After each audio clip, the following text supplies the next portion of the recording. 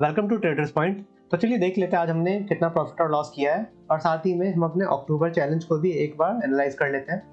तो आज के दिन हमने 2760 के करीब का प्रॉफिट किया है और आज के दिन हम बहुत ही छोटे क्वांटिटी में ट्रेड कर रहे थे क्योंकि मार्केट बहुत ज़्यादा गैप अप खुला था। मार्केट आज अराउंड 300 पॉइंट्स के करीब का गैप अप खुला था, तो इस वजह से हमारे पास ज़्यादा अच्छे ट्रेड्स मिलना मुश्किल था। जब मार्केट इतना ज़्यादा गैप अप खुलता है तो इसके बाद मार्केट में वॉलेटिलिटी थोड़ी बढ़ जाती है और इसी वजह से हमारी सबसे पहली प्रायोरिटी होनी चाहिए कि हम अपना साइज को रिड्यूस कर लेना चाहिए और साथ ही में हमें बहुत अच्छे ट्रेड सेटअप बनने का वेट करना चाहिए। चलिए एक बार हम 30 डे चैलेंज को देख लेते हैं। तो अभी तक हमने टोटल 9 डेज में ट्रेड किया है and at the end of 9th day हम टोटल 16,460 के प्रॉफिट में हैं।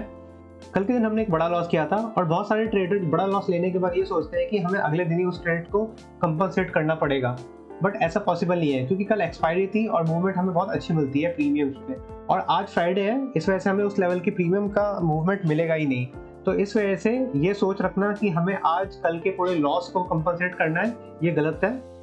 हम ग्रेजुअली इस लॉस को कवर अप कर लेंगे, बट उसके लिए हमें थोड़ा पेशेंस लगेगा। ये निफ्टी का 5 मिनट का चार्ट है और यहाँ पर आप देख सकते हैं आज मार्केट कितना ज़्यादा गैप अप खुला था और इतने ज़्यादा गैप अप खुलने के बाद हिम्मत तो होती नहीं है यहाँ पे और बाई साइड पे ट्रेड लेने की, और बाई साइड पे ट्रेड लेना बहुत ज़्यादा रिस्की भी है क्योंकि यहाँ पे हमारा रिस्क रिवॉर्ड बिल्कुल फेवरेबल नहीं रहता। तो इस वजह से हमने अर्ली मॉर्निंग से ही सेलिंग का सोचा था, बट सेलिंग का सोचना मतलब ये नहीं कि हम खुलते ही मार्केट को शॉर्ट करेंगे। तो इसी वजह से हमने एक लोअर लो फॉर्मेशन का बनने का वेट किया और हमें पहला मौका समवेयर अराउंड इस कैंडल पर मिला। जैसे ही ये कैंडल अपने पिछले लो को ब्रेक करने लग गया, हमने इसी कैंडल पर कॉल को शॉर्ट किया था और यहाँ पर हमारा स्टॉप लॉस पिछले स्विंग का था जो कि था इस हाई का, और मार्केट यहाँ से रिवर्स हुआ और मार्केट ने तुरंत हमारा एसएल टच कर लिया। हमारा दिन का दूसरा ट्रेड था जब मार्केट ट्रायंगल फॉर्मेशन कर रहा था, तो यहाँ पर हमारा व्यू था कि मार्केट जिस तरफ भी ब्रेक करेगा हमें एक अच्छी मूवमेंट देखने को मिलेगी, और इस वजह से जैसे ही मार्केट ने अपने लोअर एंड को ब्रेक किया हमने यहाँ पर वापस एक कॉल को शॉर्ट कर दिया और इस कॉल में हमें ठीक ठाक पॉइंट्स मिले थे। हमने इस कॉल को समवेयर अराउंड इसी लेवल पर क्लोज कर दिया क्योंकि मार्केट इस लेवल पर कंटिन्यूसली डोजी कैंडल बनाने लग गया था, तो इस वजह से हमने इस लेवल पर ही अपने ट्रेड को एग्जिट कर लिया। उसके बाद समवेयर अराउंड इस लेवल पर हमने वापस एक पुट को शॉर्ट किया क्योंकि मार्केट नीचे आने के बाद कंटिन्यूसली हायर हाई लगाना शुरू कर दिया था, और अगर आप देख रहे होंगे तो ये एक इनसाइड कैंडल भी है, इस वजह से यहाँ पर हमारा स्टॉप लॉस बहुत ही छोटा था और हमने इसी कैंडल के लो पे एक पुट को शॉर्ट किया और इस ट्रेड में हम समवेयर अराउंड इस लेवल पे एग्जिट किए थे क्योंकि ये लेवल हमारे दिन का हाई था, तो इस वजह से हमने इस लेवल पे अपने ट्रेड को एग्जिट कर लिया।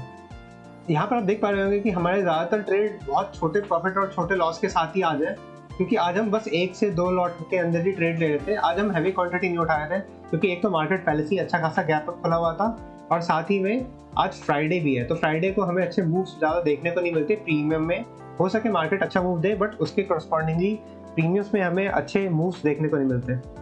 हमने आज 3 ट्रेड बैंक निफ्टी में भी लिए, एक ट्रेड में हमें अच्छा फायदा हुआ और बाकी 2 में हमें छोटे लॉस देखने को मिले।